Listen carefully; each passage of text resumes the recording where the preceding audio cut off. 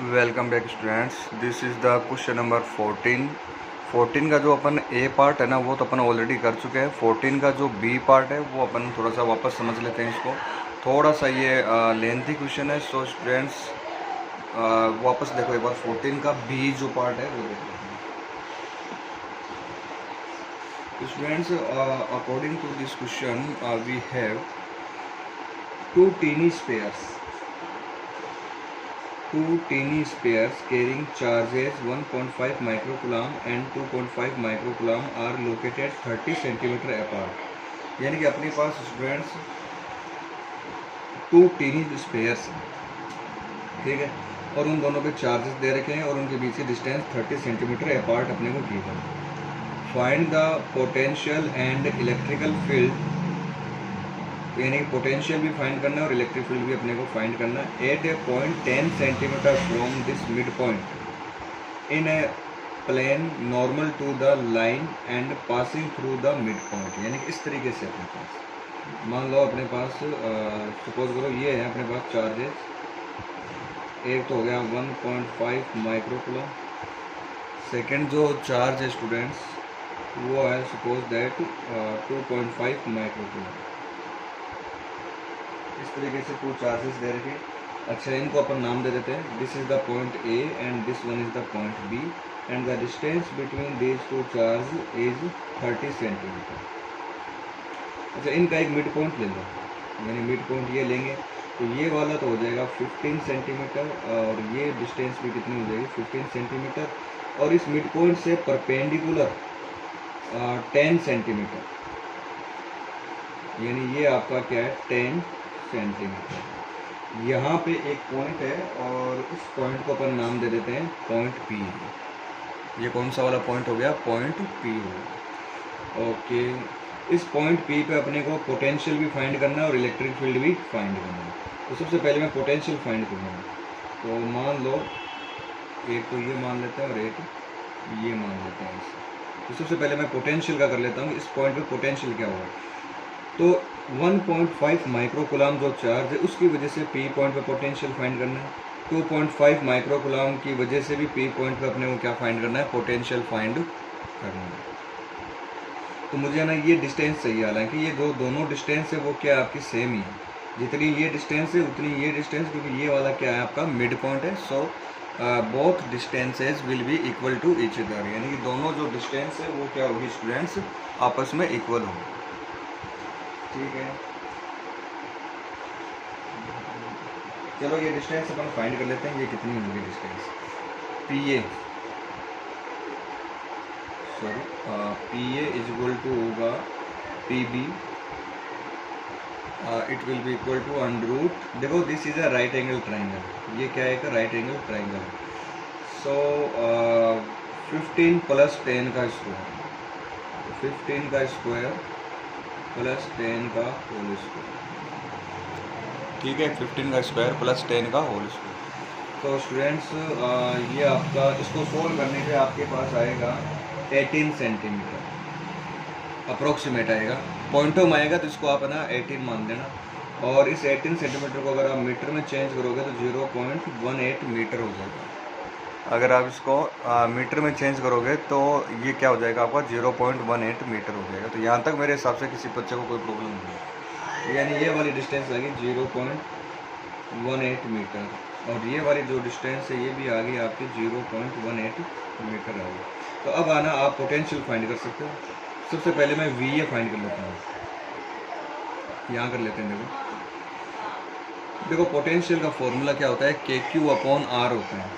तो के Q upon are, के क्यू अपॉन आर, तो के की वैल्यू क्या होगी स्टूडेंट्स 9 इंटू 10 की पावर 9, के क्यू, क्यू चार्ज कितना है 1.5 माइक्रो को आप लिख सकते हो 10 की पावर -6, के क्यू अपॉन आर, ये डिस्टेंस कितनी है 0.18, ठीक है। तो इस तरीके से आपका ये वी ए जो है वो आपका निकल जाएगा। और इसी तरीके से स्टूडेंट्स आपको जो वी बी है उसमें आप है ना यहाँ चार्जेस के क्या रखोगे 2.5 माइक्रोकूलम रखोगे तो आपके पास वी बी भी आपके पास आ जाएगा, कुछ इस तरीके से आएगा वी बी। यहाँ निकाल लेते हैं अपन वी बी,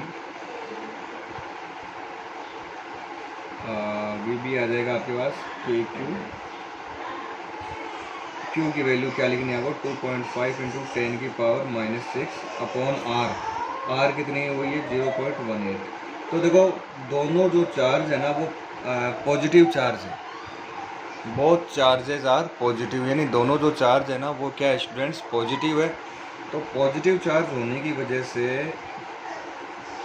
दोनों के जो पोटेंशियल है ना वो भी क्या आएंगे पॉजिटिव आएंगे। और पोटेंशियल अगर पॉजिटिव है तो दोनों का क्या कर देना सम कर देना, सिंपली दोनों का क्या कर देंगे सम कर देंगे। तो अपने पास नेट जो इसको और इसको प्लस कर देना तो आपके पास नेट पोटेंशियल आ जाएगा। तो यहाँ तक मेरे हिसाब से कोई दिक्कत नहीं है।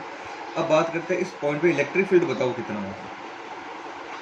तो देखो स्टूडेंट्स बात ऐसी है कि इलेक्ट्रिक फील्ड जो है वो आपकी एक वेक्टर क्वांटिटी है। इलेक्ट्रिक फील्ड क्या आपका एक वेक्टर क्वांटिटी। तो मान लो इसकी वजह से इलेक्ट्रिक फील्ड की डायरेक्शन मान लो इधर है E1, इसकी वजह से इलेक्ट्रिक फील्ड E2 जो है उसकी डायरेक्शन आपकी इधर है। और इन दोनों का जो रिजल्टेंट इलेक्ट्रिक फील्ड है वो मान लो ऐसे, ये है आपका E, यानी कि रिजल्टेंट इलेक्ट्रिक फील्ड। मान लो ये क्या आपका रिजल्टेंट इलेक्ट्रिक फील्ड E है। तो मुझे ना E1 फाइंड करना पड़ेगा, E2 फाइंड करना पड़ेगा, ठीक है। और E1 E2 फाइंड करने के बाद में उनका रिजल्टेंट निकालना पड़ेगा। ये वेक्टर है यहाँ पे, this is vector quantity, this is also vector, this is also vector. चलो मैं पहले E1 फाइंड कर लेता हूँ। तो स्टूडेंट्स E1 का फॉर्मूला होता है KQ अपॉन R स्क्वायर होता है। K की वैल्यू 9 इंटू 10 की पावर 9, Q कितना है 1.5 इंटू 10 की पावर -6 अपॉन में क्या आ जाएगा R कितनी है 0.18 का होल स्क्वायर। लेकिन जब आप स्टूडेंट्स इसको सॉल्व करोगे तो आपको सॉल्व करने पर आपके पास आएगा 0.42 इंटू 10 की पावर 6, 0.42 इंटू 10 की पावर 6 वोल्ट पर मीटर। ये आ जाएगा आपका E1। तो मेरे हिसाब से यहाँ तक भी आपको कोई प्रॉब्लम नहीं है, E1 आ जाएगा, E1 आप फाइंड कर लोगे। जैसे आपने E1 फाइंड किया वैसे आप क्या फाइंड करोगे E2 फाइंड करोगे।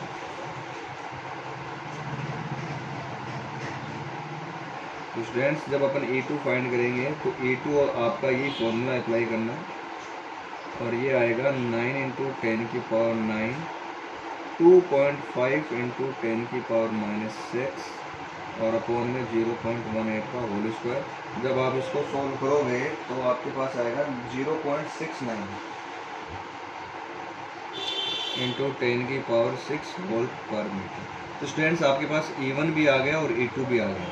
लेकिन मुझे क्या फाइंड करना है E वेक्टर यानी रिजल्टेंट फाइंड करना है। रिजल्टेंट R का फॉर्मूला क्या होता है √a² + b² + 2ab cos theta. Cos theta, theta क्या होता था ए और बी के बीच का एंगल होता था। वैसे है ना E1 और E2 के बीच का मुझे एंगल भी स्टूडेंट्स फाइंड करना पड़ेगा, यानी ये वाला एंगल कितना है ये अपने को क्या करना पड़ेगा फाइंड करना पड़ेगा। तो एक बार के लिए बच्चों में मान लेता हूँ कि ये एंगल आपका क्या है पूरा कंप्लीट थीटा है। और ये वाला जो एंगल है ना E का E1 के साथ एंगल ये मान लो क्या एक बार के लिए अल्फा है। तो मेरे हिसाब से यहाँ तक किसी बच्चे को कोई प्रॉब्लम नहीं है, इतना तो सबको समझ में आता ही है। तो ये वाला जो एंगल है वो कितना है स्टूडेंट्स अपने पास थीटा।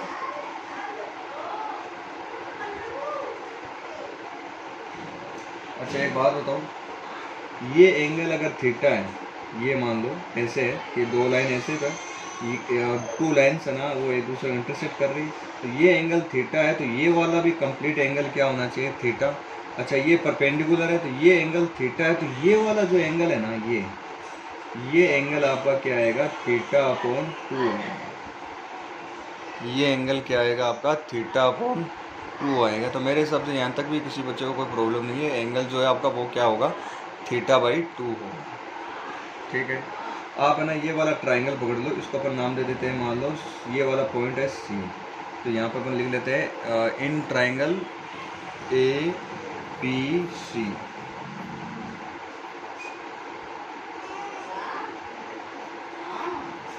देखो this is a right angle triangle, और राइट एंगल ट्राइंगल में tan थीटा का फॉर्मूला क्या होता है परपेंडिकुलर अपॉन बेस। तो इसके सामने वाली साइड ये तो परपेंडिकुलर हो गई, और परपेंडिकुलर क्या आपकी 15 सेंटीमीटर है तो इसको 0.15 मीटर में बदल देना। परपेंडिकुलर अपॉन बेस, बेस क्या हो जाएगी, ये कितनी है, ये 10 है, ठीक है। तो ये आप हटाओगे, नीचे क्या आ जाएगा, 15/100 आ जाएगा।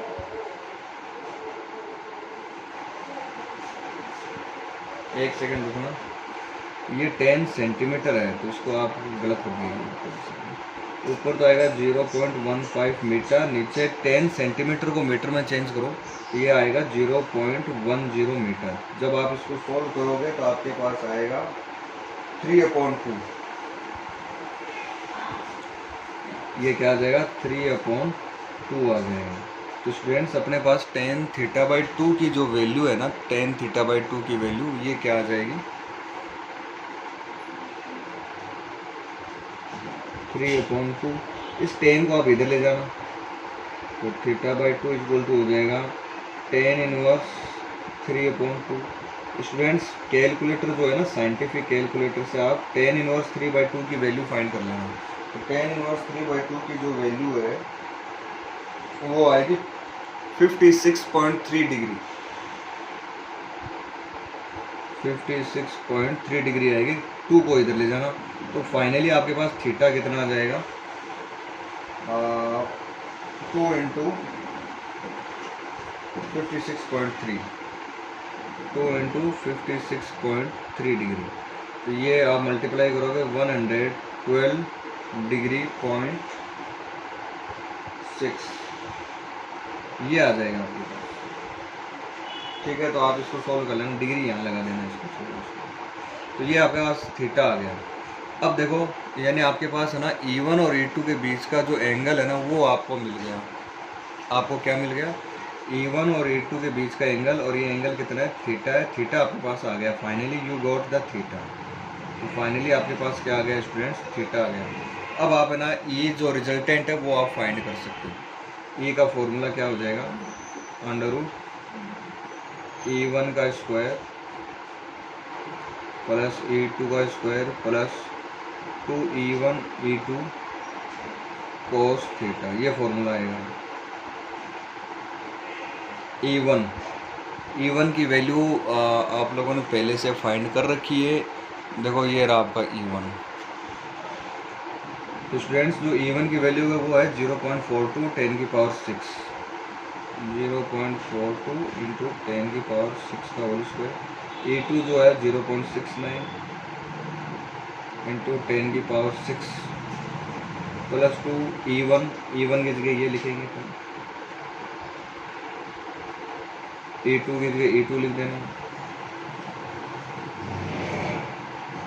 और 2E1 E2 cos theta, theta कितना आया अपना 112.6 डिग्री, और ये पूरे के ऊपर क्या लगा देना, अंडर रूट अप्लाई कर देना। तो इस तरीके से स्टूडेंट्स ये आपका काम है सोल्व करने का, ये आप लोग कर लेना सोल्व। तो फाइनली जो मेरे पास E आएगा वो आएगा अप्रोक्सीमेट आएगा 6.6 × 10⁵ वोल्ट पर मीटर, 6.6 × 10⁵ वोल्ट पर मीटर। तो ये आपका रिजल्टेंट जो इलेक्ट्रिक फील्ड है वो आ जाएगा। अच्छा, साथ में हमें ना इसकी डायरेक्शन भी बतानी पड़ेगी, ये वाली की, ये जो E है ना वो E1 से कितनी डायरेक्शन बना रहा है, E जो है ना वो E1 के साथ कितना एंगल बना रहा है, तो यानी ये वाला एंगल अपने को फाइंड करना है, एल्फा वाला। तो स्टूडेंट्स आपने ना 11th क्लास में एक फॉर्मूला पढ़ा है, मान लो ये अगर आपके पास A वेक्टर है और इधर मान लो ये कोई आपके पास B वेक्टर है, ये आपके पास R वेक्टर, और इन दोनों के बीच में एंगल थीटा है, और इसके बीच में एंगल क्या है, एल्फा। A के साथ एंगल क्या है, एल्फा है। अगर आपको एल्फा फाइंड करना है तो tan एल्फा का फॉर्मूला आप लोगों ने ऑलरेडी पढ़ रखा है। tan एल्फा का फॉर्मूला होता है B sin theta upon A + B cos theta, ये फॉर्मूला होता है tan एल्फा फाइंड करने का। याद है क्या आप लोगों को tan एल्फा फाइंड करने का फॉर्मूला? तो ये जो tan एल्फा फाइंड करने का फॉर्मूला है B sin theta upon A + B cos theta. Theta आपके पास है ही, बस वो इस फॉर्मूला आपको यहाँ पे अप्लाई करना है। देखो इस फॉर्मूले में एल्फा एंगल है ना ए के साथ बन रहा है, इसलिए ऊपर क्या आया था, बी आया था। अपने पास एल्फा एंगल किसके साथ बन रहा है, E1 के साथ बन रहा है, तो ऊपर अपन क्या लेंगे, E2 लेंगे। बस ये इतने सही खेल था इसके लिए। तो टेन एल्फा का फॉर्मूला आ जाएगा E2 sine alpha upon E1 plus E2, sorry यहाँ थीटा आएगा, और E2 कोस थीटा। थीटा की वैल्यू क्या रखोगे, 112। ये आप ना थीटा की जगह पुट करोगे, E1 E2 की जगह E1 की वैल्यू, और आप फिर इसको सोल्व करके और एल्फा की वैल्यू साइंटिफिक कैलकुलेटर की हेल्प से फाइंड कर लेना। इस तरीके से आपको ये 14 का जो बी है ना, ये आपको करना है। Okay students, this is the B part. ये ना बी पार्ट है, क्वेश्चन नंबर सेकंड का बी, और इसको अपने को थोड़ा सा समझना है कि इसको अपन कैसे करेंगे। तो एक बार क्वेश्चन पढ़ लो सारे बच्चे।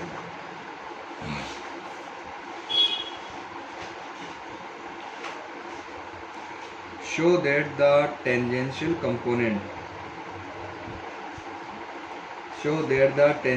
component of electric field is continuous from one side of a charged surface to another side.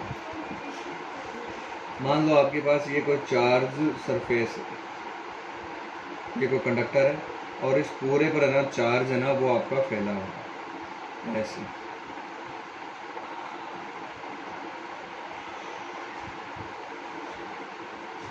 इस तरीके से पूरी सरफेस पे चार्ज फैला हुआ है। अच्छा, चार्ज फैला हुआ है तो इलेक्ट्रिक फील्ड होगा। तो इलेक्ट्रिक फील्ड का जो ये अगर मान लो, इलेक्ट्रिक फील्ड हमेशा याद रखना होता तो परपेंडिकुलर ही है, यानी टेंजेंशियल कंपोनेंट इसका होता ही नहीं है। लेकिन अगर मान लो अपन एक बार के लिए सोच के देखें, अगर आपका इलेक्ट्रिक फील्ड ऐसे है तो इसके दो कंपोनेंट होंगे, एक तो होगा परपेंडिकुलर कंपोनेंट और एक होगा टेंजेंशियल कंपोनेंट। हालांकि ऐसा होता नहीं, टेंजेंशियल कंपोनेंट नाम की कोई चीज़ होती नहीं है इसके अंदर।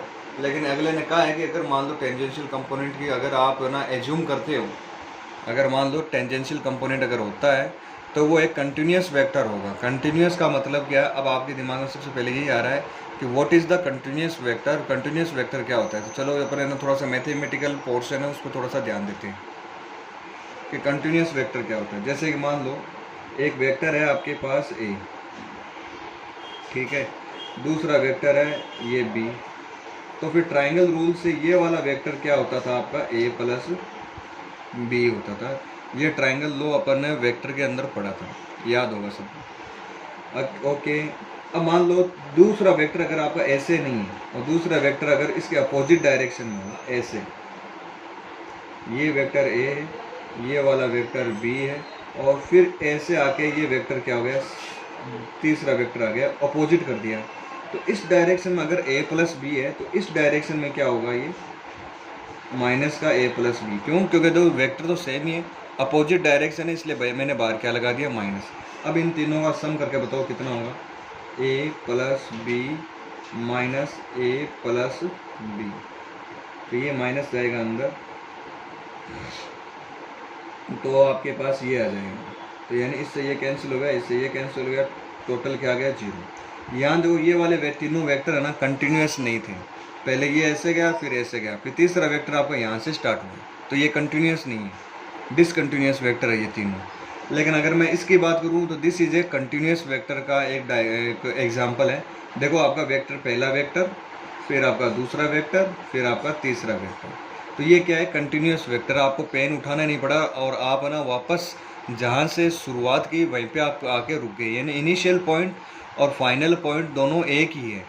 ये वाले जो वेक्टर्स है ना, ये क्या है, कंटिन्यूस वेक्टर है। ये कौन से वेक्टर है, कंटिन्यूस वेक्टर। और कंटिन्यूस वेक्टर में एक खास बात ये है कि कंटिन्यूस वेक्टर में सारे वेक्टर का सम किसके इक्वल होता है, ऑलवेज 0 होता है। ये बात आप लोग मैथ्स के अंदर ध्यान में रखनी है। क्या ध्यान में रखोगे कि अगर है ना कोई भी वेक्टर अगर कंटिन्यूस है, कंटिन्यूस का मतलब जो वेक्टर जहाँ से शुरुआत हुआ वहीं पे ख़त्म हो गया, कंटिन्यूस है। आपको ड्राइंग के वक्त पेन उठाने की ज़रूरत नहीं है, तो ऐसे वेक्टर कंटिन्यूस हो गया। और कंटिन्यूस वेक्टर्स में अगर आप सारे वेक्टर्स का सम करते हो तो वो सम जो है वो किसके इक्वल होता है, 0 के इक्वल होता है। ऑलवेज रिमेंबर दिस, ठीक है। अब आ जाओ अपने वाले इसमें, मान लो ये आपका टेंजेंशियल वेक्टर है, ई वेक्टर टेंजेंशियल वेक्टर है। और एक मैं छोटी सी डिस्टेंस, मेरे को ना यही प्रूफ करना है कि ये वाला जो ई टी जो है ना, ये एक कंटिन्यूस वेक्टर है, यानी कि आपका ये ई टी जो है एक कंटिन्यूस वेक्टर है। ये आपको क्या करना है, प्रूफ करना है। तो चलो इसको प्रूफ करके देखते हैं कैसे होगा ये कंटिन्यूस। मान लो मैंने यहाँ से लेकर यहाँ तक की एक डिस्टेंस ले ली और इस डिस्टेंस को नाम दे दिया मैंने डी एल। ठीक है, ये जो डिस्प्लेसमेंट है ये क्या दे दिया मैंने, डी एल वैक्टर नाम दे दिया। तो यहाँ तक मेरे हिसाब से कोई प्रॉब्लम नहीं। अगर मैं आपसे कहूँ कि यहाँ पे वेक्टर है ई और ये डिस्टेंस है डी एल, ठीक है, तो अगर आपसे मैं कहूँ कि आगे के ना जो वेक्टर है, आगे भी आपको एक वेक्टर ई टी मिलेगा और डिस्टेंस आपको डी एल मिलेगी, फिर आगे एक वेक्टर ई टी मिलेगा, डिस्टेंस आपको डी एल मिलेगी। अगर आपसे मैं कहूँ कि इन सब का सम कर दो, यानी सारे वेक्टर को ऐड कर दो, जैसे मैंने इन तीनों वेक्टर को ऐड किया था ना, वैसे आप सारे वेक्टर्स का क्या कर दो, सम कर दो, और वो सम किसके इक्वल प्रूफ कर दो, जीरो को। इस तरीके से अगर आप ए टी और डी एल का इंटीग्रेशन, सम करने का तरीका क्या हमारे पास, इंटीग्रेशन कर दो। सम करने का तरीका क्या है, एक तो डायरेक्ट ऐसे सम कर दो, अगर आपके पास है ना ये लेंथ वगैरह आपके पास प्रॉपर है नहीं, डी एल अगर आपने छोटे छोटे लेंथ लिए तो आप इनका इस तरीके से कर दो और इसको किसके इक्वल प्रूफ कर देना, जीरो को। अगर आपने इन्हें सारे वेक्टर्स का सम, अगर ये जीरो, ये अगर आपने प्रूफ कर दिया तो ऑटोमेटिक क्या हो जाएगा कि आपका जो ए टी है ना वो एक कंटिन्यूस वेक्टर है। अगर इसको बोलते हैं line integral along close surface. ये ना एक क्लोज सरफेस है और उसका अपन क्या कर रहे हैं, लाइन इंटीग्रल कर रहे हैं, यानी कि सारे वेक्टर्स का अपन क्या करते जा रहे हैं, सम करते जा रहे हैं। और सम है ना वो किसके इक्वल प्रूफ करना है, अपने को जीरो के इक्वल प्रूफ करना है। जैसे इसमें जीरो के इक्वल प्रूफ होते ही ये अपन कह देंगे ये सारे वेक्टर क्या है, आपका कंटिन्यूस वेक्टर। वैसे ना इस पर जितने भी टेंजेंशियल वेक्टर होंगे, electric field, tangential electric field होगा, वो क्या हो, अगर आपने ये जीरो प्रूफ कर दिया तो जो टेंजेंशियल वेक्टर है वो भी आपका एक कंटिन्यूस वेक्टर होगा। तो ये मेरे को प्रूफ करना था, सबसे बड़ी प्रॉब्लम यहाँ आ रही है। तो चलो मैं इसको कैसे प्रूफ करता हूँ। आप लोगों ने ना एक फॉर्मूला पढ़ा है, E इजल टू माइनस का D V upon D R, याद होगा शायद सबको, E equal to minus D V upon D R. अच्छा, डी आर क्या है, जैसे जैसे चेंज इन डिस्टेंस, यानी कि यहाँ से यहाँ तक जाएंगे, फिर यहाँ से यहाँ तक जाएंगे, यानी कि आर में क्या हो रहा है, चेंज हो रहा है, तो पोटेंशियल में चेंज है, और आर में चेंज का जो रेशियो है ना वो किसके इक्वल होता है, E के इक्वल होता है। This is the potential gradient, ये आपको मैंने पहले से पढ़ा रखा है। अब यहाँ पे आर नहीं है, आर की जगह मैंने ये डिस्टेंस क्या ले ली, डी एल ले ली, लेंथ ले ली डी एल। तो मैं इसको क्या लिख सकता हूँ, अच्छा इसके अलोंग जो इलेक्ट्रिक फील्ड है वो क्या लिया मैंने, tangential electric field E T. तो मैं ना इसको ऐसे लिख सकता हूँ, कोई दिक्कत नहीं, ठीक है। इसको आप इधर ले आओ,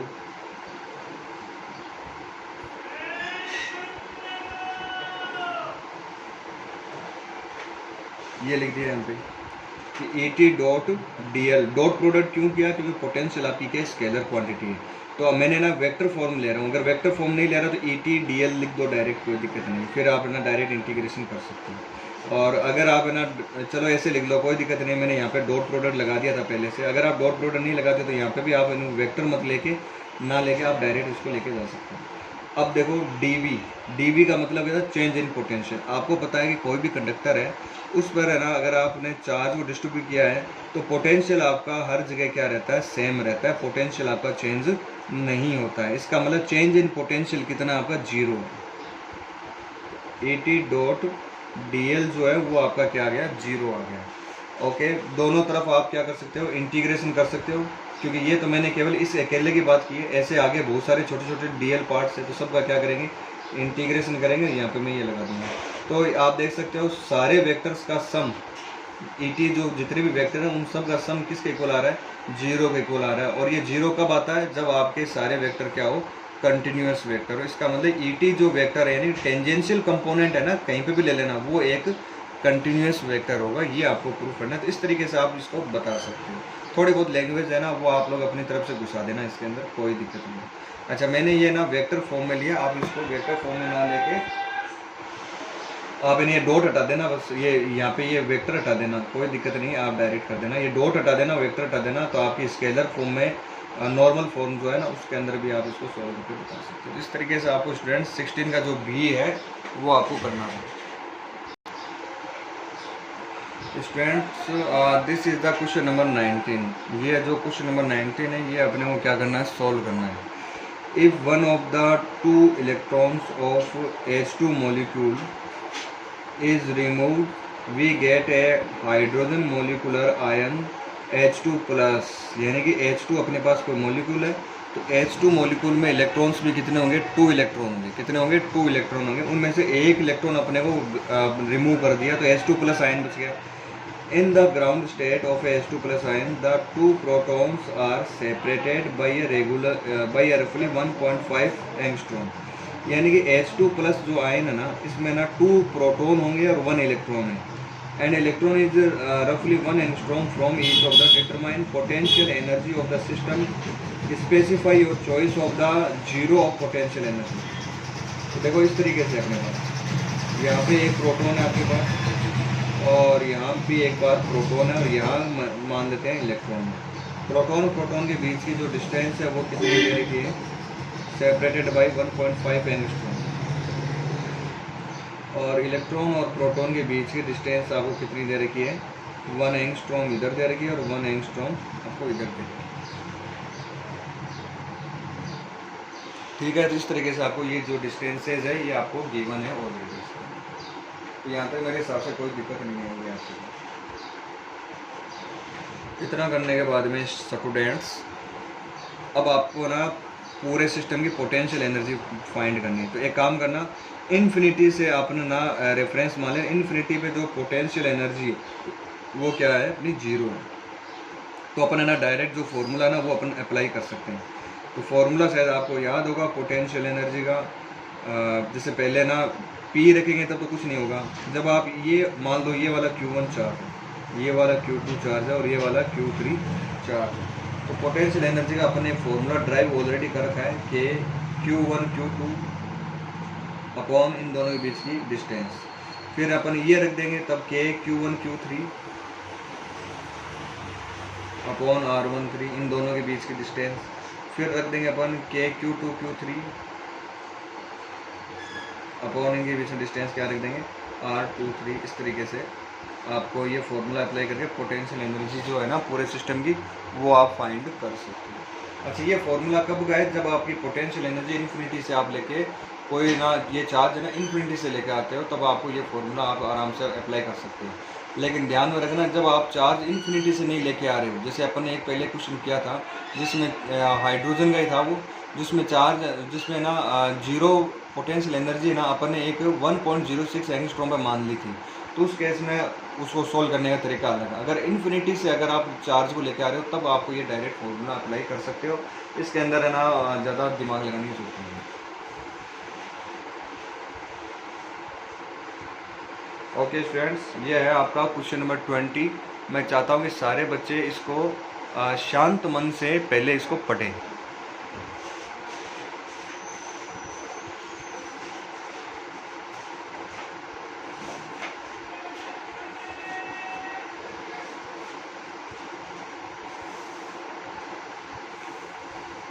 मेरे हिसाब से सब सारे बच्चों ने पढ़ दिया हुआ। This is the question number 20 और चलो बच्चों अपन इसको सॉल्व करते हैं। Two charged conducting sphere of radii A and B are connected to each other by a wire. What is the ratio of electric fields at the surface of the two spheres? यानी electric field का ratio जो है ना वो अपने को find करना है। Use the result obtain to explain why charge density on the sharp and pointed ends of a conductor is higher. ये अपन आगे पढ़ेंगे, छोड़ो इसको, पहले क्वेश्चन को इतना ही देखो। Two charge conducting sphere of radii A and B are connected to each other by a wire. What is the ratio of the electric fields at the surface of two sphere. यानी electric field का ratio अपने को find करना है। तो देखो इस तरीके से अपने पास क्वेश्चन है।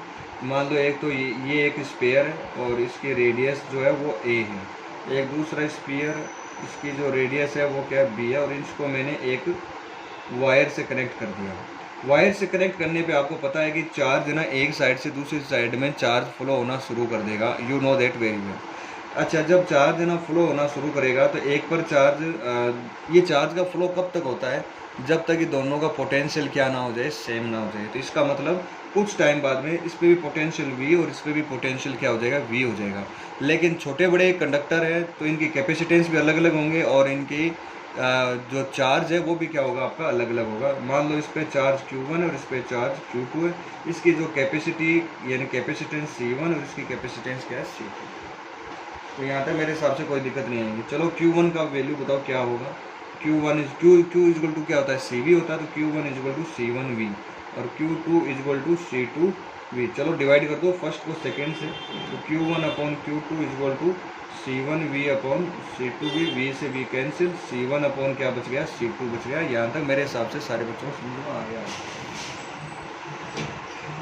ठीक है, दिस इज और इक्वेशन फर्स्ट। अच्छा, C1 का एक फॉर्मूला और होता है स्पेयर के केस में, 4 pi epsilon not R। R क्या होती है, रेडियस। देखो ये अपने सबसे पहले कैपेसिटेंस पढ़ा था, उसके अंदर आया था 4 pi epsilon not R। R क्या है, पहले वाले की A है। इसका अगर आप C2 फाइंड करोगे तो आप तो लिखोगे 4 पाई एप्सिलॉन नॉट B, क्योंकि इसकी रेडियस क्या है, B है। चलो इसका C1 अपॉन C2 फाइंड करो, तो इसमें अगर आप इसका डिवाइड करोगे तो इससे ये कैंसिल हो जाएगा और क्या बचेगा, A अपॉन B बचेगा। This is over equation second. यहाँ पे मेरे हिसाब से किसी बच्चे को कोई प्रॉब्लम नहीं, दो इक्वेशन बन गई अपनी। इसके बाद में आगे देखो, अब देखो अपने को फाइंड क्या करना था क्वेश्चन के अंदर।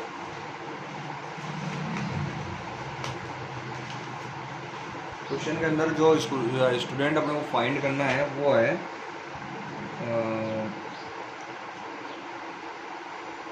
What is the ratio of electric fields at the surface of two sphere, यानी कि टू स्पेयर के सरफेस पे इलेक्ट्रिक फील्ड का रेशियो फाइंड करना है।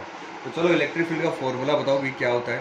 पहले वाले का E1 मान लेते हैं, ये आएगा आपका के क्यू अपॉन आर। आर कितनी A है, रेडियस कितनी A है, और E2 क्या आएगा, के Q2 अपॉन B आएगा।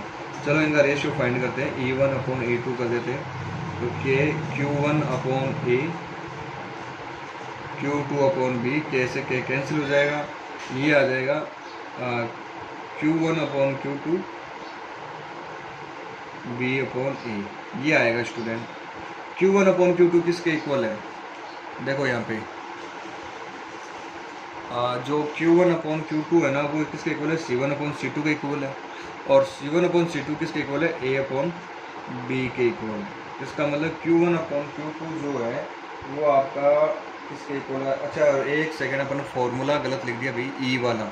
E के फॉर्मूले में रेडियस का नीचे स्क्वायर होता है बच्चों, आपने किसी ने बताया भी नहीं, मैं बताया जा रहा हूँ फिर ये स्क्वायर आ जाएगा। अच्छा अब वापस देखो इसको, Q1 अपॉन Q2 किसके इक्वल है, C1 अपॉन C2, और C1 अपॉन C2 किसके इक्वल है, C1 अपॉन C2 किसके इक्वल है, A अपॉन B। तो C1 तो Q1 अपॉन Q2 की जगह मैं क्या लिखूंगा, यहाँ पे A अपॉन B लिखूंगा।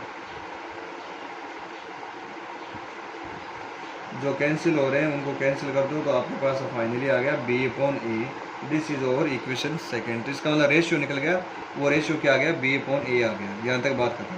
अच्छा एक बात बताओ, आपने ये भी तो पढ़ा है formula, E equal to sigma upon epsilon naught होता है। E equal to sigma upon epsilon naught, यानी सिग्मा 1 अपॉन एप्सिलॉन नोट, और E2 इजल टू क्या होगा, sigma 2 upon epsilon naught. Sigma 1 और सिग्मा 2 क्या है, दोनों स्पेयर की चार्ज डेंसिटी है। सिग्मा 1 और सिग्मा 2 क्या है, दोनों स्पेयर की चार्ज डेंसिटी है। चलो E1 अपॉन E2 फिर से करके देखो, तो ये आ जाएगा आपका सिग्मा 1 अपॉन सिग्मा 2 आ जाएगा। This is over equation 4। यहाँ आप देख सकते हो E1 अपॉन E2, ये क्या है आपके पास, B upon A। E1 upon E2 क्या आ गया, सिग्मा 1 अपॉन सिग्मा 2, यानी ये दोनों भी आपस में क्या होंगे, इक्वल होंगे। तो मैं फाइनली आपका ये भी लिख सकता हूँ यहाँ पे, ये मैं ऐसे ही कर रहा हूँ, आपका आंसर तो यहीं पे खत्म हो गया यहाँ पे थर्ड इक्वेशन पे। ये तो अपना आगे वाला जो है ना वो देख लो, आगे वाला क्या है वो मैं आपको बताऊँगा, आगे वाला क्या है, sigma B upon A। This is over equation 5। यहाँ देखो इसने क्या पूछा है आगे क्वेश्चन में,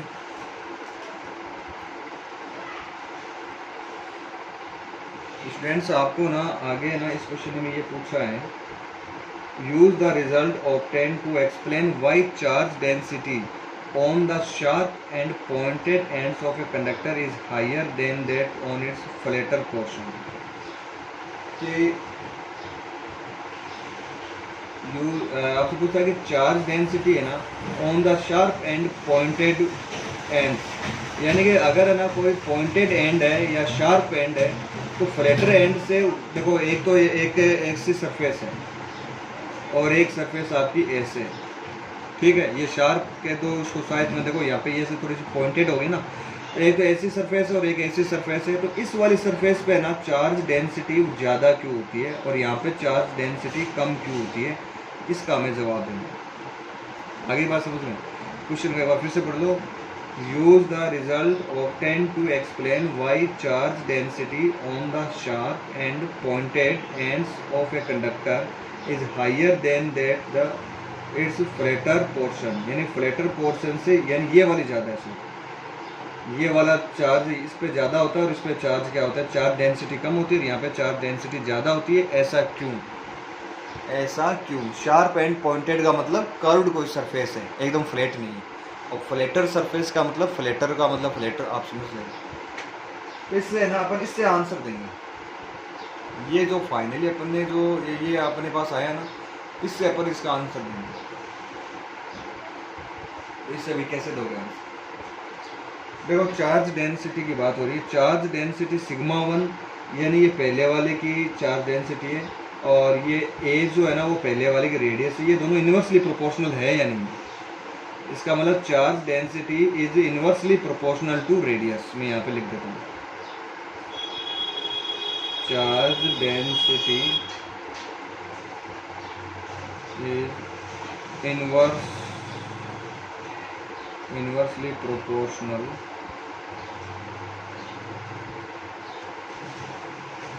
टू रेडियस। चार्ज डेंसिटी जो है वो रेडियस की इन्वर्सली प्रोपोर्शनल होती है। ये हमने कहा, ये बात मैंने कहाँ से देख के लिखी? यहाँ से देख लो, ये नीचे है और ये क्या ऊपर है। ये फर्स्ट स्पेयर की रेडियस है और ये फर्स्ट स्पेयर की चार्ज डेंसिटी है, यानी ये दोनों ऊपर नीचे। इसका मतलब सिग्मा 1 जो है ना वो इन्वर्सली प्रोपोर्शनल किसका हो गया? रेडियस। ये सेम चीज़ इसमें वेरीफाई होगी। तो इससे क्या फ़र्क पड़ता है, मैं बताता हूँ क्या फ़र्क पड़ता है। मान लो एक स्पेयर लेता हूँ मैं इतना, ठीक है, और एक स्पेयर लेता हूँ मैं इतना,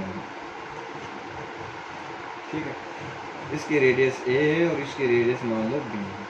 अब एक बात बताओ कि मैं ना एक ना छोटी सी डिस्टेंस लेता हूँ, एक ये इतना सा पार्ट ले लेता हूँ और इतना ही पार्ट में इसका लेता हूँ।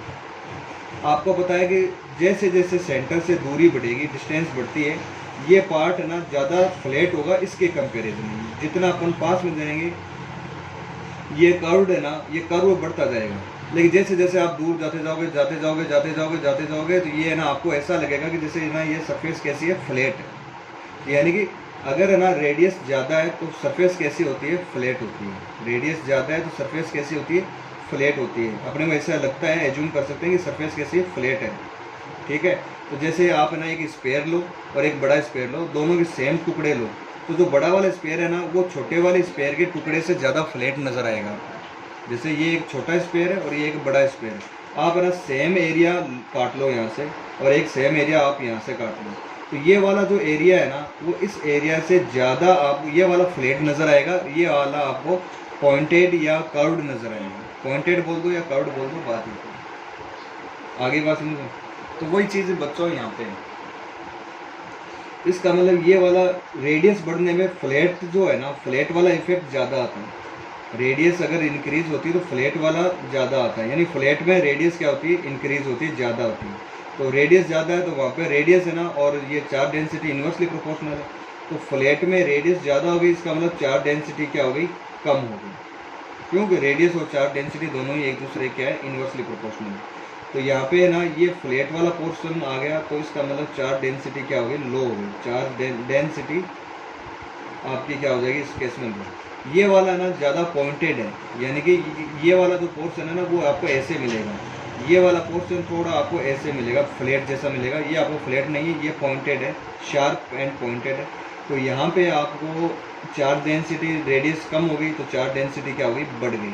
तो चार्ज डेंसिटी क्या होती है, हाई होती है। तो ध्यान रखना, कोई भी कंडक्टर हो, फ्लैट सरफेस पे चार्ज डेंसिटी कम होती है, जब भी उसके कर्व्ड सरफेस हो या नुकीला सरफेस हो तो वहाँ पे जो जो चार्ज डेंसिटी है ना वो क्या होती है, ज़्यादा होती है। क्या होती है, ज़्यादा होती है। जैसे मान लो आपके पास एक तो कोई कंडक्टर है ऐसे और ऐसे करके और ऐसे कंडक्टर है, ठीक है। तो यहाँ पे चार्ज डेंसिटी आपको कम मिलेगी, जबकि यहाँ वाले पॉइंट पे चार्ज डेंसिटी आपको क्या मिलेगी, ज़्यादा मिलेगी, ठीक है। तो ये वाला इफेक्ट, इस इफेक्ट को ना कोरोना इफेक्ट बोलते हैं, जो कि अपने सिलेबस में तो था नहीं, लेकिन अब इसका न्यूमेरिकल दे रखा है तो आपको समझा दिया मैंने, बस ये होता है। इसको कोरोना इफेक्ट भी बोलते हैं। यहाँ पे चार्ज डेंसिटी ज़्यादा है, जब यहाँ पे चार्ज डेंसिटी क्या है, कम है, लेकिन अपन ने ना एक तरीके से एक कंडक्टर को चार्ज दिया, लेकिन ये यूनिफॉर्मली इस पर डिस्ट्रीब्यूट नहीं हुआ, इससे अपन समझ सकते हैं। तो ये आप लोग 20 वाला क्वेश्चन है, ये आप लोग कर लेना। नेक्स्ट क्वेश्चन पर जाते हैं अपन। ओके स्टूडेंट्स, नेक्स्ट जो क्वेश्चन है उस पर अपन थोड़ा सा गौर करते हैं। This is the question number 21। Two charges -q and +q are located at points 0 0 -a and 0 0 +a respectively. यानी कि ये दे रखा है आपको।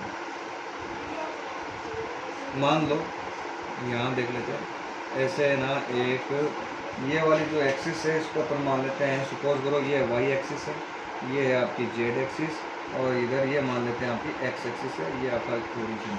अपने को ना टू चार्ज है, देखो इस तरीके से, ये वाली मैंने y मान दी, ये आपका z हो गया, और ये क्या हो गया, x हो गया। आप है ना कैसे भी एज्यूम कर सकते हो, कोई दिक्कत नहीं है। अब क्वेश्चन को पढ़ो। पहले क्वेश्चन में क्या दे रखा है, two charges -q and +q are located at points 0 0 -a and 0 0 +a।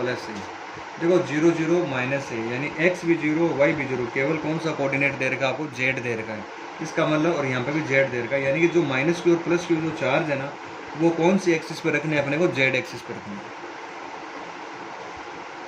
तो एक तो मैंने यहाँ रख दिया, ये वाला पॉइंट हो गया 0 0 a, और ये वाला पॉइंट हो जाएगा 0 0 माइनस का है। यहाँ पे अपन को चार्ज माइनस वाले पे माइनस का चार्ज -q रखना है, और यहाँ पे भी चार्ज कौन सा रखना है, +q रखना है। मेरे हिसाब से यहाँ तक ना किसी बच्चे को कोई प्रॉब्लम नहीं है। पहली लाइन जो है उसके अकॉर्डिंग अपन ने एक डायग्राम ड्रॉ कर लिया है। अच्छा, इसके बाद में देखो आगे,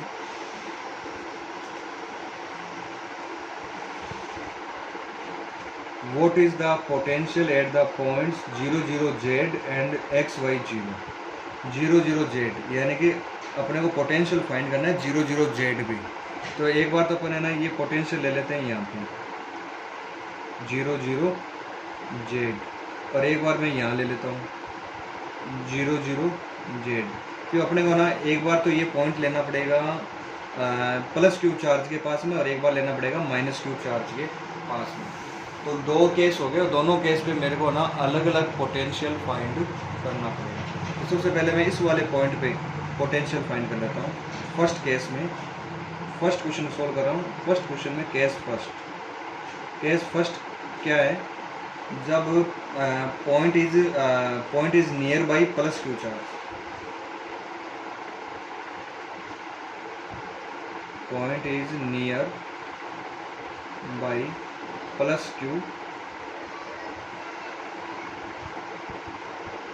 चार्ज, यानी कि पॉइंट जो है ना आपका वो +q चार्ज के क्या हो, पास में। तो भाई पोटेंशियल फाइंड करना है, तो बच्चों पोटेंशियल का फॉर्मूला क्या होता है, पोटेंशियल का फॉर्मूला क्या होता है, KQ/R होता है, KQ/R होता है। तो चलो पहले मैं इसकी वजह से पोटेंशियल, और फिर इसकी वजह से पोटेंशियल, ऐसे फाइंड करना पड़ेगा। एक तो +q चार्ज की वजह से पोटेंशियल, और -q चार्ज की वजह से पोटेंशियल। तो मान लो V + q, फॉर्मूला होगा KQ/R1 लिख देते हैं। तो मुझे बताओ यहाँ से यहाँ तक की डिस्टेंस बता दो क्या होगा। तो ध्यान में रखना बच्चों, ये जो डिस्टेंस है ना, ये जो डिस्टेंस है वो आपको कुछ इस तरीके से लेनी है कि यहाँ से यहाँ तक, देखो ये पॉइंट A है ना, तो यहाँ से यहाँ तक की डिस्टेंस है A, और ये Z पॉइंट है, तो इसका मतलब ये यहाँ से लेकर यहाँ तक की जो डिस्टेंस है वो क्या आपकी Z, ठीक है। ये डिस्टेंस A है, और ये वाली डिस्टेंस क्या आपकी Z डिस्टेंस। तो चलो मुझे ये वाली डिस्टेंस फाइंड करना है, तो टोटल जेड में से ए को क्या करना पड़ेगा माइनस, तो जेड माइनस ए हो जाएगा। चलो इसके वजह से पोटेंशियल फाइंड करते हैं। माइनस का के क्यू अपॉन जेड माइनस का सॉरी ये जेड है और ये आपकी ए, तो जेड प्लस ए हो जाएगा। दोनों पोटेंशियल को क्या करना है अपने को ऐड करना है, तो ऐड करके इसको सोल्व कर देना। तो सोल्व करने पे आपके पास टोटल पोटेंशियल आएगा के क्यू अपॉन जेड माइनस ए प्लस माइनस के क्यू अपॉन जेड प्लस का ए। जब स्टूडेंट्स आप इसको सोल्व करोगे तो सोल्व करने के बाद में आपके पास आएगा के क्यू अपॉन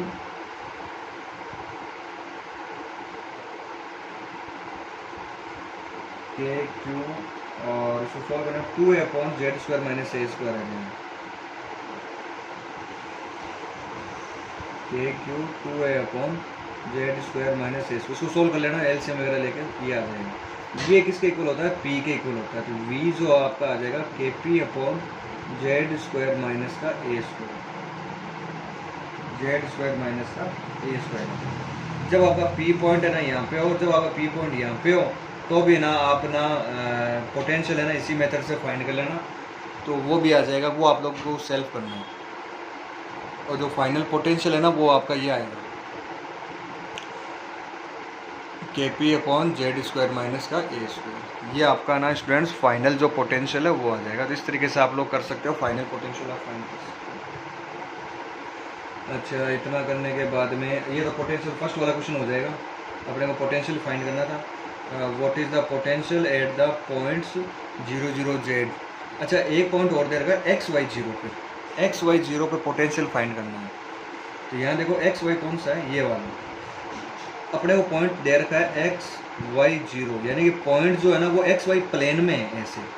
अब एक बात बताओ, ये वाला जो एक्स वाई प्लेन है वो इसके परपेंडिकुलर है या नहीं है ना, और साथ में एक्स वाई प्लेन जो है वो इसके परपेंडिकुलर और बाइसेक्टर भी है। देखो ये एक तरीके का डाइपोल है, माइनस क्यू और प्लस क्यू क्या है, एक तरीके का डाइपोल है। और ये जो ना प्लेन है ना एक्स वाई प्लेन, वो ऐसे है ना इसके ऊपर परपेंडिकुलर बाइसेक्टर है। देखो इस तरीके से, एक तरफ माइनस क्यू एक तरफ प्लस क्यू, और यहाँ पर ये वाला एक्स वाई प्लेन है, यहाँ आपको पोटेंशियल फाइंड करना है। तो आपको याद होगा डाइपोल वाले में किया था कि इस एक्सिस पर आपका जो पोटेंशियल है वो क्या होता है, हमेशा जीरो होता है। इस एक्सिस पर पोटेंशियल क्या होगा, ऑलवेज विल बी जीरो होगा। ये बात आप लोग स्टूडेंट्स ध्यान रखना, पोटेंशियल क्या होगा, जीरो होगा। तो यहाँ पे ध्यान रखना आपको, पोटेंशियल इस एक्सिस में जीरो। तो एक्स वाई प्लेन में ये वाला जो पॉइंट पूछा है, तो इस पर है ना पोटेंशियल आप क्या बताओगे, जीरो बताओगे। इस वाले पॉइंट पर पोटेंशियल क्या लिख देना, जीरो लिख देना। तो ये वाला कर लो। सेकेंड देखो क्या है, सेकेंड आपसे पूछा है obtain the dependence of potential on the distance small r of a point from the origin when r upon a is very very large to 1। Obtain the dependence of the potential on the distance r. R पे potential find करना है, distance पे, मतलब कि distance बढ़ने पर क्या फ़र्क पड़ेगा। तो एक बार के लिए देखो वी अपना ये तो आया था है ना, जेड की जगह एक बार आर लिख दो। तो वी इक्वल टू हो जाएगा के p upon r square minus का ए स्क्वायर। ठीक है, डिस्टेंस ये बोल रहा है डिस्टेंस जेड मतलब आर ले लो। अच्छा, साथ में ये कंडीशन दे रखी है r upon a is very very greater than to 1। ये कंडीशन साथ में दे रखी है, r upon a is very very greater than to 1 दे रखा है। तो स्टूडेंट्स इस आर इसको इधर ले जाओ, तो ये आ गया। तो आर है ना वो ए से बहुत ज़्यादा बड़ा है, तो ये वाला ए है ना इसको अपन यहाँ से छोड़ सकते हैं, इसका ये नेग्लिजिबल है। तो वी इक्वल टू क्या आ जाएगा, के पी अपॉन आर स्क्वायर। इसका मतलब पोटेंशियल है ये है ना आर के स्क्वायर के इन्वर्सली प्रोपोर्शनल है। बस ये आपका आंसर हो जाएगा। जो पोटेंशियल है ना वो जो डिस्टेंस आर है ना स्मॉल आर उसके इन्वर्सली प्रोपोर्शनल होगा। चलो थर्ड वाला देखो क्या पूछा है, how much work is done in moving a small test charge from the point 5 0 0 and -7 0 0। 5 0 0 यानी वाई और जेड तो जीरो है, केवल अपने पास कौन सी एक्सिस है, एक्स एक्सिस है, यानी ये वाला पॉइंट आपको यहाँ मिलेगा 5 0 0। और दूसरा पॉइंट क्या, माइनस का 7 0 0, ये आपका यहाँ मिलेगा। तो स्टूडेंट आपको पता ना कि यहाँ से यहाँ तक जाने में कितना वर्क करना पड़ेगा। तो देखो ये वाली कौन सी लाइन है, ये डाइपोल की परपेंडिकुलर बाइसेक्टर है, और परपेंडिकुलर बाइसेक्टर पे वी जो है वो क्या होता है आपका जीरो होता है। पोटेंशियल जीरो है तो वर्क डन भी क्या होगा, जीरो होगा। जिसमें आप डायरेक्ट लिखना है आपको, आप ये ऐसे लिख देना कि these points are lies on x y plane, और एक्स वाई प्लेन जो है वो इस डायपोल का परपेंडिकुलर बाइसेक्टर है, और परपेंडिकुलर बाइसेक्टर पे पोटेंशियल जो है वो आपका क्या रहता है, जीरो रहता है। पोटेंशियल जीरो है, इसलिए वर्क डन भी क्या होगा आपका, जीरो होगा। ये आंसर आ जाएगा। दूसरा आपसे क्या पूछा है, does the answer change if the path of the test charge between the same points is not along the x axis. आप है ना ऐसे मत जाओ, ये कह रहा पाथ चेंज करके फिर चले जाओ, क्या वर्क डन का जो जीरो वर्क डन, क्या अभी भी आंसर वही रहेगा? बिल्कुल आंसर वही रहेगा। आपको बताया था वर्क डन है ना पाथ पे डिपेंड नहीं करता है, वर्क डन किस पे डिपेंड करता है, फाइनल पॉइंट और इनिशियल पॉइंट। आप चाहे ऐसे घूम के इधर जाके ऐसे जाके फिर आ जाओ, तो भी आपका ना जो डिस्प्लेस वर्क डन में अपन डिस्प्लेसमेंट क्या लेंगे, अपन यही लेंगे, तो वर्क डन इस केस में भी वर्क डन क्या रहेगा आपका, जीरो ही रहेगा। ओके स्टूडेंट्स, ये आपका क्वेश्चन नंबर 22 है। इसमें आपसे कहा है, क्वेश्चन पढ़ लो सारे। इसमें आप लोगों से लिखा है, according to below figure a charge array known as an electric quadrupole, जैसे डाइपोल होता है ना वैसे क्वाड्रापोल है, for a point on the axis of quadrupole obtain the dependence of potential on small R for R is very greater than to A. Contrast your result with that due to an electric dipole and an electric monopole. तो students अपने को इसमें क्या find करना है, obtain the dependence of potential on r, यानी कि potential का फॉर्मूला है वो आपको बनाना है। तो सबसे पहले देखो इस पी पॉइंट पर पोटेंशियल बताना है। यहाँ पे अपने पास 4 चार्ज है, प्लस 2 चार्ज, फिर इसके और इसके बीच की डिस्टेंस है ना वो आपको ए दे रखी है, ठीक है, ये डिस्टेंस कितनी ए।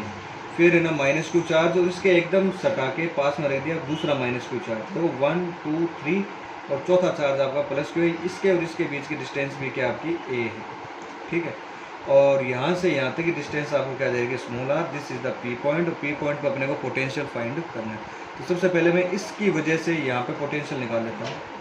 ये वाला मान लो ए है, तो मैं सबकी वजह से निकाल लेता हूँ। देखो V1 नाम दे देते हैं इसको। इसकी वजह से यहाँ पे पोटेंशियल के, चार्ज क्या है Q अपॉन ये डिस्टेंस R है और ये वाली A है, तो ये हो जाएगा R प्लस A। फिर मैं ना इस -Q की वजह से निकाल लेता हूँ, तो माइनस का KQ अपॉन यहाँ से यहाँ तक डिस्टेंस क्या हो जाएगी, R प्लस A हो जाएगी। सॉरी R प्लस A कैसे होगी, R ही तो होगी, यहाँ से यहाँ तक डिस्टेंस क्या R ही, तो क्या हो जाएगी R हो जाएगी। फिर अपन V3 निकालेंगे, तो ये वाला चार्ज है ना एकदम चिपका हुआ पास में, यानी इन दोनों के बीच में यहाँ पे कुछ नहीं है, जीरो डिस्टेंस मान लो अपन। तो V3 जो निकालेंगे वो भी सेम यही आएगा, माइनस का KQ अपॉन R आएगा। फिर अपन निकालेंगे V4, इसकी वजह से KQ अपॉन R, ये वाली डिस्टेंस बतानी कितनी थी, यहाँ से यहाँ तक R है, ये वाली A है, तो ये वाली क्या हो जाएगी R माइनस का। टोटल पोटेंशियल फाइंड करने के लिए आपको क्या करना पड़ेगा, सारे पोटेंशियल को आपस में ऐड करना पड़ेगा इस तरीके से।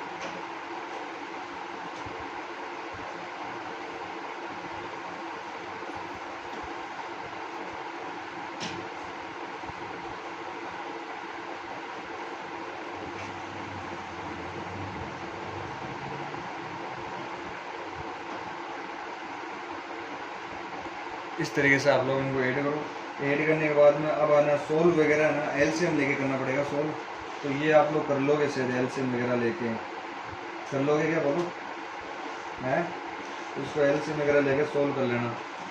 ये आप मैं करके दिखाऊँ, लेकिन आप लोग सारे मैथमेटिशियन हो गए हो आजकल, कर लोगे, इसको सोल्व करके कर लेना। तो वी आपका ये बनेगा लास्ट में।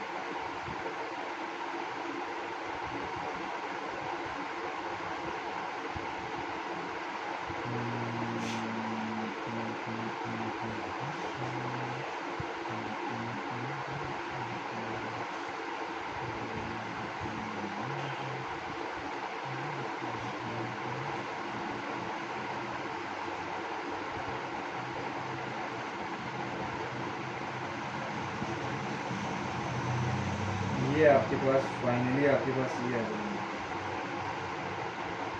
ठीक है।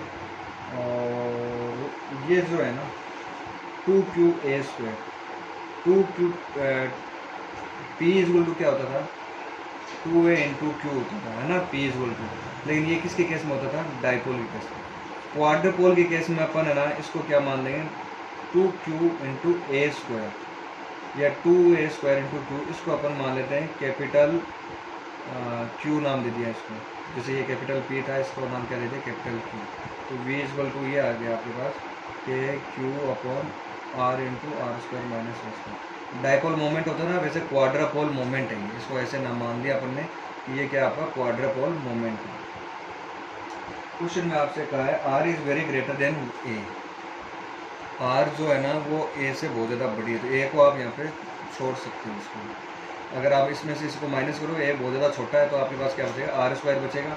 और इस आर स्क्वायर को R से मल्टीप्लाई करोगे तो क्या आ जाएगा K Q upon are Q. तो यानी डाइपोल के केस में तो सही दे रहा, अपने पास के क्यू अपॉन आर आता था। डाइपोल के केस में तो यहाँ पे आर स्क्वायर होता था नीचे। डाइपोल के केस में आर स्क्वायर होता था, सिंगल चार्ज के केस में आर होता था, और क्वाड्रपोल में क्या हो गया, आर का क्यूब हो गया। तो ये आप बता देना कि भाई मोनोपोल, यहाँ पे पूछा ना मोनोपोल, मोनोपोल का मतलब क्या है, एक ही चार्ज हो, सिंगल चार्ज की वजह से, तो सिंगल चार्ज की वजह से पोटेंशियल जो है ना वो आर के इन्वर्सली प्रोपोर्शनल होता है। डाइपोल के केस में ये आर स्क्वायर के प्रोपोर्शनल इन्वर्सली प्रोपोर्शनल होता है, और ये कौन सा क्वाड्रपोल के अंदर ये आर क्यूब के इन्वर्सली प्रोपोर्शनल होता है। तो ये आप लोग कर लेना, ये लिख देना, ये नहीं लेना। तो स्टूडेंट्स ये अपना क्वेश्चन नंबर 23 है।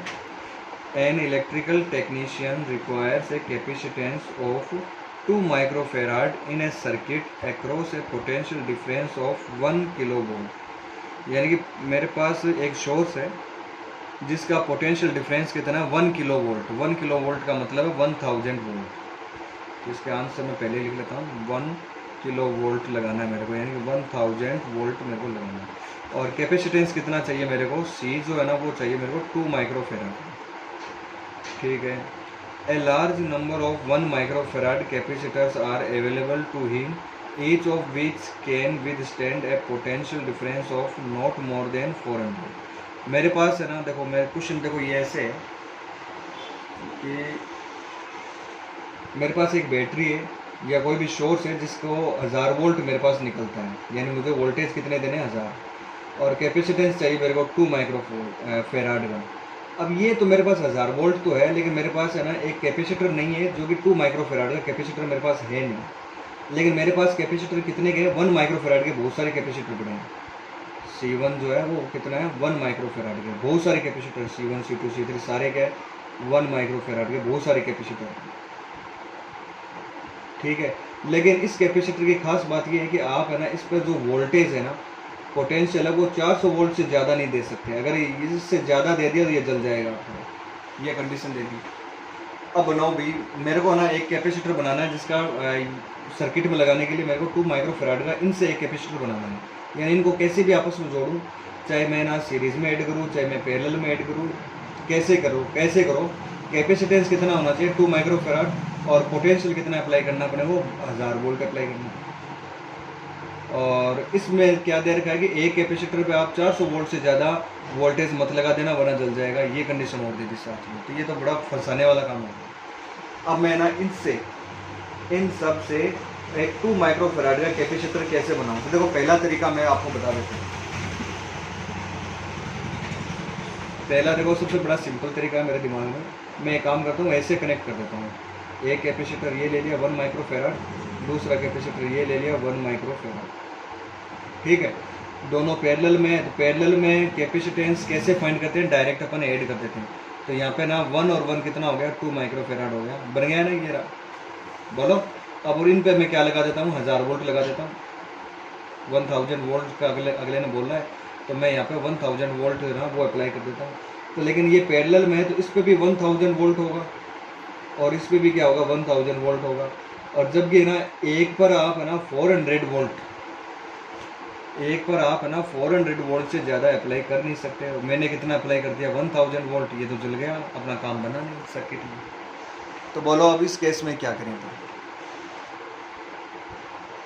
सोचो कि अपन है ना 2 अगर डायरेक्ट लेंगे तो ऐसे तो काम चलेगा नहीं। तो पोटेंशियल जो 1000 वोल्ट है ना अपन अप्लाई कर रहे हैं, तो इस पर 1000 नहीं आना चाहिए, 400 से कम होना चाहिए। जैसे कि 350 इस पर आ जाए, 350 इस पर जाए। तो पोटेंशियल कब होता है? पोटेंशियल कम कब होता है? पोटेंशियल कम होता है जब है ना कैपेसिटर आपके सीरीज में जुड़ जाए। कैपेसिटर किस में ऐड हो जाए? आपके सीरीज में। अगर आपने कैपेसिटर को सीरीज में ऐड कर दिया तो पोटेंशियल क्या हो सकता है? कम हो सकता है। जैसे ऐसे कर दो, एक पोटेंशियल आपने इधर ऐड किया और एक पोटेंशियल इधर ऐड किया, ठीक है। फिर आपने इसमें सर्किट में आपने 1000 वोल्ट मान लो यहाँ पे 1000 वोल्ट लगा दिया, तो ये भी 1 माइक्रो फेराड गया और ये भी 1 माइक्रो फेराड गया। इस पर 500 वोल्ट आएंगे, इस पर 500 वोल्ट आएंगे, लेकिन वोल्टेज कितने चाहिए? 400 ही चाहिए। तो ये भी अपना काम बनेगा नहीं। चलो 3 ऐड करके देखो, 1 2 और 3। अब आप है ना 1000 वोल्टेज है ना वो अप्लाई करो, तो ये भी 1 माइक्रो फेराड है, ये भी 1 माइक्रो फेराड है और ये भी क्या आपका 1 माइक्रो फेराड है। तो पोटेंशियल तीनों में बराबर बराबर क्या हो जाएगा? कट हो जाएगा। लगभग ये 33 वोल्ट इस पे आएगा, 33 पॉइंट इस पे आएगा, 333 पॉइंट इस पे आएगा। तो वोल्टेज तो आपकी बार सही लग रहा है। तो क्या कैपेसिटेंस इनका 2 हो रहा है क्या? चेक करो। तो स्टूडेंट्स मैंने चेक किया तो ये है तीनों सीरीज में। सीरीज में अपन कैसे ऐड करते हैं? 1/c = 1/c1 plus 1/c2 plus 1/c3, ऐसे तो ऐड करते हैं सीरीज में। तो ये आएगा आपका 1/c1 c2 c3, ये तीनों यहाँ पे क्या है? 1 1 1 है। तो ये आ जाएगा आपका 1 + 1 + 1 यानी कि 3।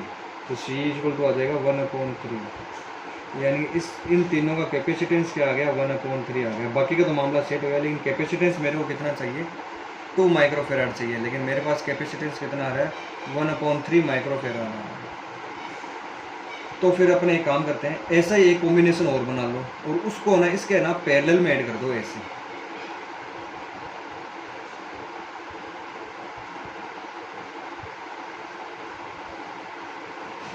ठीक है।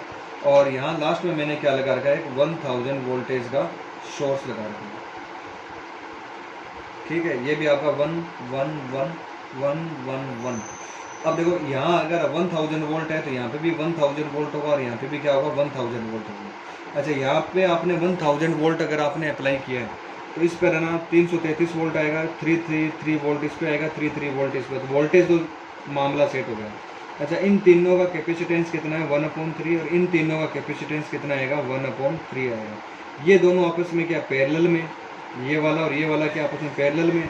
तो इसको आप डायरेक्ट ऐड करो, 1/3 प्लस 1/3 एंड 2/3। लेकिन मुझे कैपेसिटेंस कितना चाहिए? 2 चाहिए। तो एक काम करते हैं, एक लाइन और ऐड कर दो, इसका भी क्या होगा? कैपेसिटेंस 1/3 होगा। तो ये कितना हो जाएगा? 1/3 प्लस 1/3 प्लस 1/3, ये कितना आ जाएगा? 3/3, यानी कि 1 माइक्रो फेराड। तो 3 से 1 माइक्रो फेराड, तो 3 ही आप नीचे और ऐड कर दो ऐसे, 3 एक और ऐड कर देना। टोटल ये कितनी लाइन हो जानी चाहिए? 6 लाइन हो जानी चाहिए। एक लाइन का 1/3 है तो 6 लाइन का कितना हो जाएगा? 2 माइक्रो फेराड हो जाएगा। और कैपेसिटेंस और वोल्टेज है वो भी आपका हर एक पे कितना रहेगा?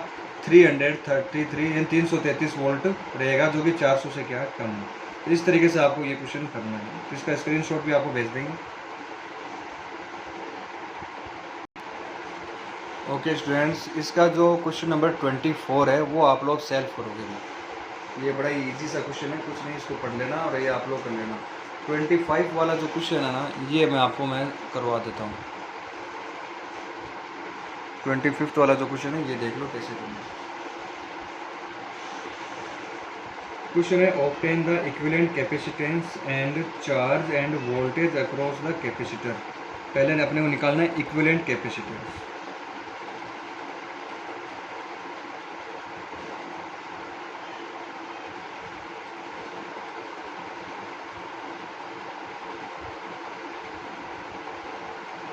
इक्विवेलेंट कैपेसिटेंस जो है वो अपने को फाइंड करना है। तो स्टूडेंट देखो, C2 और C3 ये दोनों है सीरीज में। C2 C3 क्या है? सीरीज में है। तो सीरीज में अपन कैसे ऐड करते हैं? यहाँ लिख लेते हैं C2 and C3 are in series combination. तो इनको अपन क्या करेंगे? इनका जो टोटल कैपेसिटेंस है वो आएगा 1/C2 प्लस का 1/C3। तो ये आ जाएगा आपका सीधे आएगा C2 इंटू C3/C2 प्लस का C3। तो ये आ जाएगा 200 इंटू 200/200 प्लस का 200। ये आ जाएगा 2 to the 4, 1 2 3 4। ये नीचे आ जाएगा 400, 2 0 2 0 कट जाएगा, 100 से ये कट जाएगा, यानी ये आएगा आपका 100 पिको फेराड टोटल कैपेसिटेंस आ जाएगा। इन दोनों का जो टोटल कैपेसिटेंस है वो कितना आ जाएगा, 100 पिको फेराड आ जाएगा। ठीक है, तो आपका डायग्राम नया ना वो इस तरीके से बन जाएगा।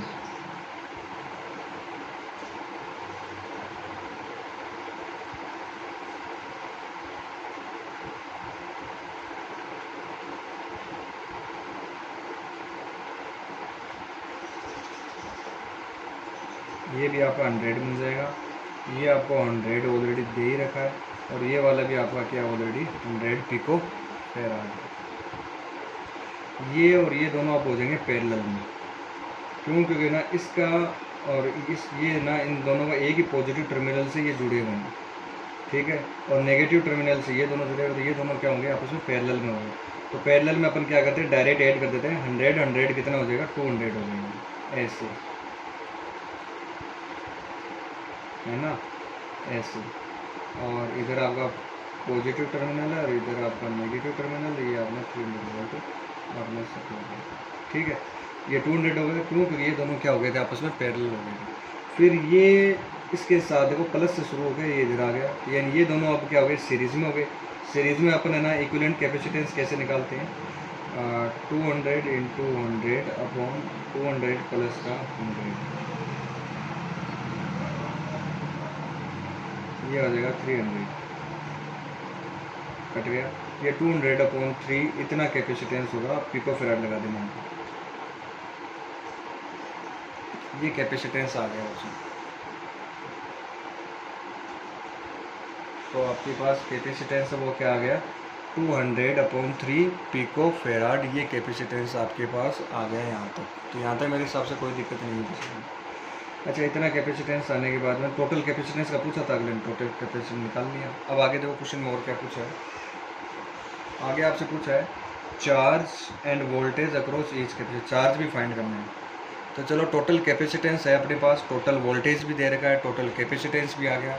तो स्टूडेंट्स आप लोग क्या फाइंड कर सकते हो, टोटल चार्ज बताओ कितना है। चलो मैं टोटल चार्ज बताता हूँ कितना है। चार्ज यानी कि Q इक्वल टू क्या होता है, CV। C कितना है, 200/3 पिको इंटू वोल्टेज कितना है, 300। 3 से ये कितनी बार कट जाएगा, 100 टाइम्स। तो ये आ जाएगा चार्ज आपके पास टोटल आएगा 2 इंटू 1 2 3 4, 4 0 हो गए, यानी 10 की पावर 4 हो गए। माइनस करोगे तो ये आ जाएगा 2 इंटू 10 की पावर -8 कूलम। C होता है ना कूलम का। ठीक है, टोटल चार्ज इतना है। ठीक है, तो इसमें कौन सी दिक्कत होगी, टोटल चार्ज है सो है। चलो मैं अब ना एक एक कैपेसिटर, लेकिन अपने को टोटल चार्ज नहीं पूछा, अपने को पूछा है कि चार्ज ऑन ईच कैपेसिटर, यानी हर एक कैपेसिटर पे चार्ज बता दो कितना होगा। तो एक बार है ना इस वाले डायग्राम को देख लो, चाहे आप इस वाले को देख लो, किसी भी एक डायग्राम को चेक करो। मान लो इसने ना इतना चार्ज निकाला, कितना, 2 इंटू 10 की पावर -4। ये वाला बैटरी ने चार्ज कितना निकाला, 2 इंटू 10 की पावर -8 कूलम। अब इस बैटरी पे ध्यान दो, यहाँ से चार्ज निकलेगा, तो टोटल चार्ज कितना, 2 इंटू 10 की पावर -8 यहाँ से निकलेगा। वो उसमें से कुछ इधर चला जाएगा, कुछ इधर चला जाएगा। ठीक है, फिर ये चार्ज ऐसे घूमते घूमते वापस चार्ज यहाँ पे सारा ऐड हो जाएगा। तो जितना यहाँ से निकला था घूम घाम के चार्ज वापस इतना यहाँ आ जाएगा। तो यानी टोटल इसने कितना निकाला था चार्ज, 2 इंटू 10 की पावर -8 कूलम। इस बैटरी ने इतना चार्ज निकाला, तो यहाँ इस पर चार्ज बताओ कितना आएगा। तो जितना चार्ज है वो घूम घाम के आके वापस इधर आएगा। तो यानी कि इस पर चार्ज कितना होगा, 2 इंटू 10 की पावर -8, यानी ये कौन सा अपना C4 है। तो C4 पे चार्ज है ना, चार्ज एट C4 कितना आएगा, C4 पे चार्ज है ना इतने ही आएगा जितना बैटरी निकाला था, 2 × 10⁻⁻8 कूलम।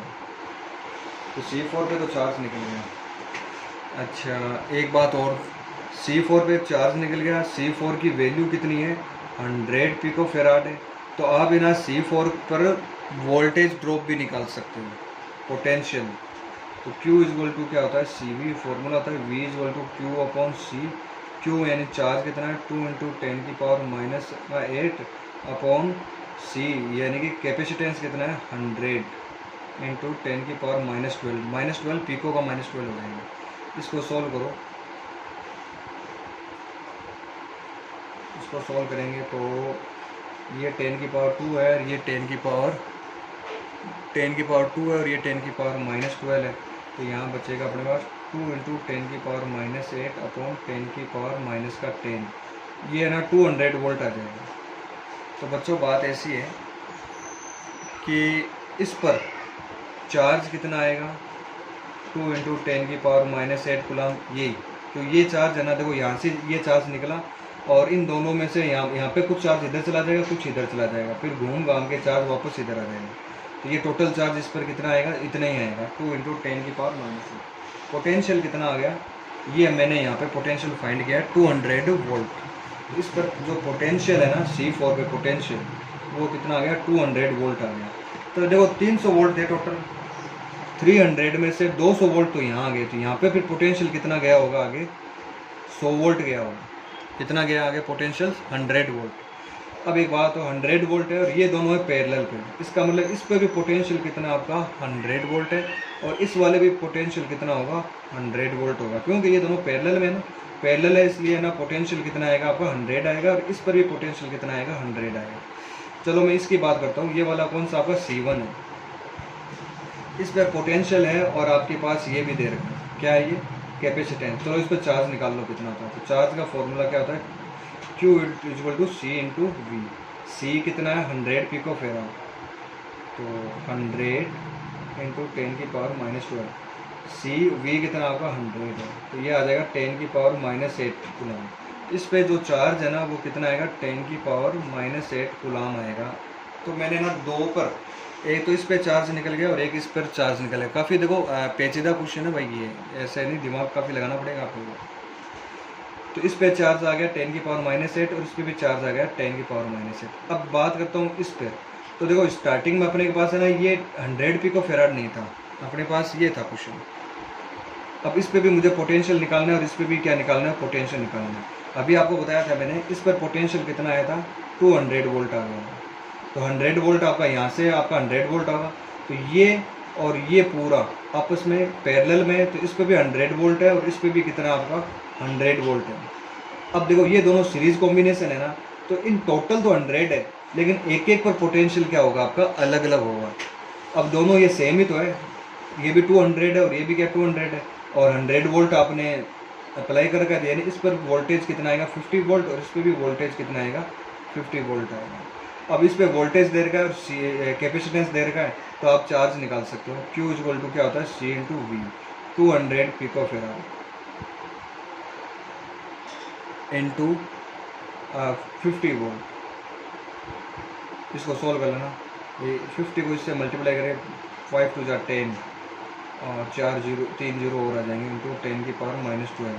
इस पर आएगा 10⁻⁻8 कूलम। इस पर भी 10⁻⁻8 कूलम, इन दोनों पे भी, इस पे भी चार्ज 10⁻⁻8 कूलम, इस पे भी चार्ज 10⁻⁻8 कूलम, इस पे चार्ज जितना बैटरी ने निकाला, टोटल चार्ज कितना निकाला बैटरी ने, 2 × 10⁻⁸ कूलम इस पे आ जाएगा। अच्छा इस पे पोटेंशियल कितना है, 200 वोल्ट, तो बाकी पोटेंशियल कितना बचा, 100 वोल्ट बचा। ये दोनों पैरेलल में हैं, तो इसका मतलब इस पर भी 100 वोल्ट आएगा, और इन दोनों पर मिला के कितना पोटेंशियल आएगा, 100 वोल्ट। लेकिन ये दोनों सेम है और दोनों सीरीज़ में, इसलिए पोटेंशियल आपका कम हो जाएगा। सीरीज़ में पोटेंशियल सेम नहीं रहता है, तो पोटेंशियल आपका कम होगा। कितना कम होगा, क्योंकि ये दोनों ही इक्वल है आपस में, इसलिए पोटेंशियल इस पर भी 50 वोल्ट आएगा, और इस पर भी पोटेंशियल कितना आएगा, 50 वोल्ट आएगा। और पोटेंशियल निकालने के बाद आप इस पर भी चार्ज निकाल सकते हो, इस पर भी चार्ज निकाल सकते हो, इस पर भी पोटेंशियल है, तो इस पर भी आप टोटल चार्ज निकाल सकते हो। ये क्वेश्चन आप लोग करके देखना भी। और ये वीडियो है आपके पास, तो ये आप लोग करके देखो, धीरे धीरे आपको समझ में आ जाएगा। इसको 2-3 बार करना, तब जाके समझ में आएगा। ये आपके 25 न्यूमेरिकल है वो हो गए, और बाकी के और न्यूमेरिकल बच्चे हैं तो वो भी आपको करवाएंगे, टेंशन मत लेना। काम थोड़ा ज़रूर धीरे चल रहा है, लेकिन अब क्या करें, मजबूरी है। मेरे को तो खुद को ना 6-6 क्लास लेनी पड़ती है हर एक दिन में, इसलिए थोड़ा सा दिक्कत है। Thank you, have a nice day. कल आपकी मैथ्स की क्लास होगी। Thank you, have a nice day.